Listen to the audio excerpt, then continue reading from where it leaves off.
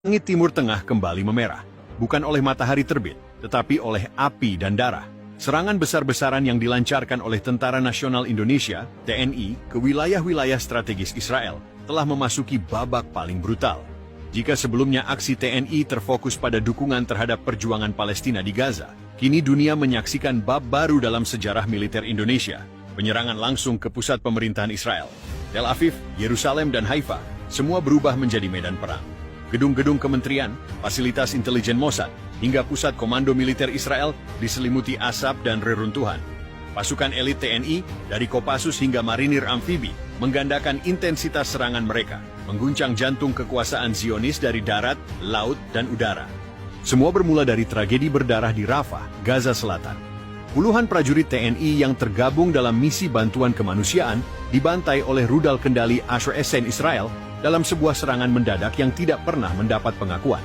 Dunia diam, PBB bungkam, tapi Indonesia tidak. Presiden menggelar rapat darurat dan memerintahkan operasi balasan berskala penuh. Operasi itu diberi nama Sandi, Garuda Petir II.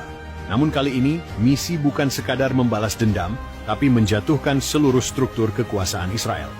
Tanggal 5 Mei 2025, pukul 03.00 dini, hari waktu setempat, 24 pesawat tempur Sukhoi dan 16 drone tempur Elang Hitam TNI AU meluncurkan serangan presisi ke kawasan gedung Kementerian Pertahanan Israel di Tel Aviv.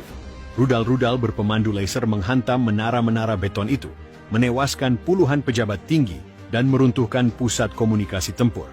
Tidak berhenti di situ, Satuan Kopaska, Komando Pasukan Kata, yang menyusup dari pesisir Laut Tengah, merangsek ke wilayah pantai Herzliya dan menyerang stasiun radar Israel. Di darat, pasukan elit Kopassus yang menyamar sebagai relawan internasional meledakkan pusat koordinasi Mossad di Yerusalem Barat menggunakan bom magnetik. 3 hari setelah serangan awal, giliran Knesset, parlemen Israel, menjadi sasaran. Dalam sebuah operasi gabungan yang dikendalikan dari kapal induk KRI Nusantara, TNI meluncurkan rudal jelajah jarak jauh hasil kerja sama dengan Iran dan Korea Utara, menghantam aula utama Knesset saat berlangsung rapat rahasia kabinet perang. Ledakan itu menewaskan 17 anggota parlemen dan 3 jenderal. Gedung itu kini tinggal puing berasap. Seruan darurat sipil diumumkan. Namun gelombang serangan TNI tak berhenti. Satuan Yonif Raider 321 Perkosrat menyerang pemukiman kibuts elit di perbatasan Yordania, wilayah yang selama ini dijadikan tempat persembunyian para pejabat Israel. Hanya dalam waktu 6 jam, kompleks itu rata dengan tanah. Tanggal 6 Mei 2025, kota suci Yerusalem memasuki hari keempat tanpa listrik dan pasokan air.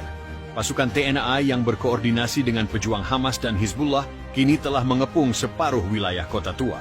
Bentrokan jalanan terjadi antara pasukan Indonesia dan militer IDF di sekitar Bukit Zaitun dan dekat gerbang Damaskus. Pesawat nirawak TNI menyebarkan selebaran. Kekuasaan kalian sudah usai. Yerusalem bukan ibu kota penjajah. Ini tanah yang akan dibebaskan. Serangan-serangan ini bukan sekadar pembalasan. Ini adalah pergeseran poros kekuatan global. TNI telah membuktikan bahwa kekuatan militer dari Asia Tenggara mampu menjangkau, menghantam dan mengguncang struktur kekuasaan paling dilindungi di dunia.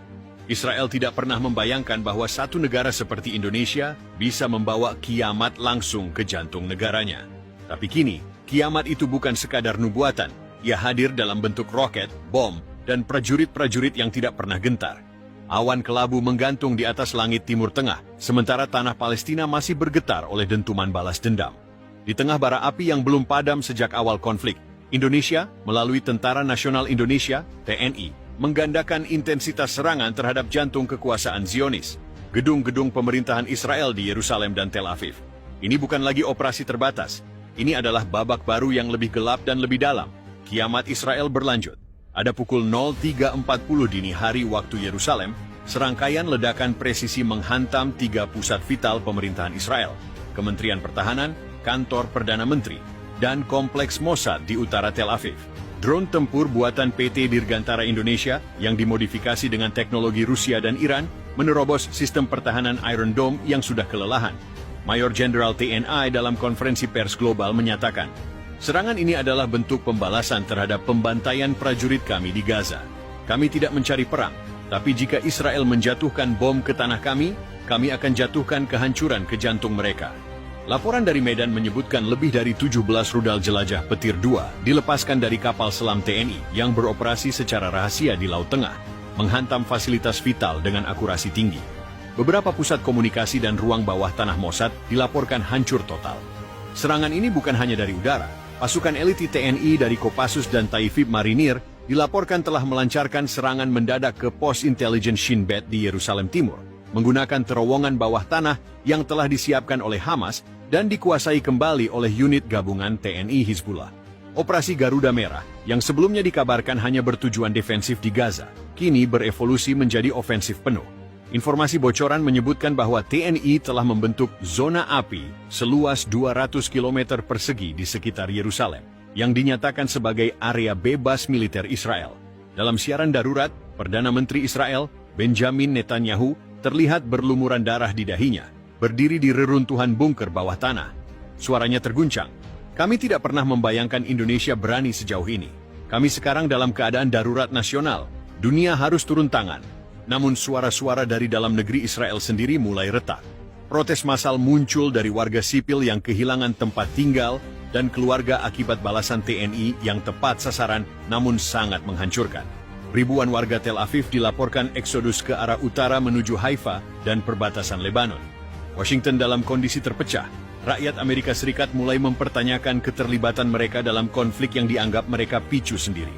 Presiden Ari Iglesias menyatakan, "Kami tidak akan membiarkan sekutu kami dihancurkan, tapi kami juga menyesali tragedi yang telah terjadi.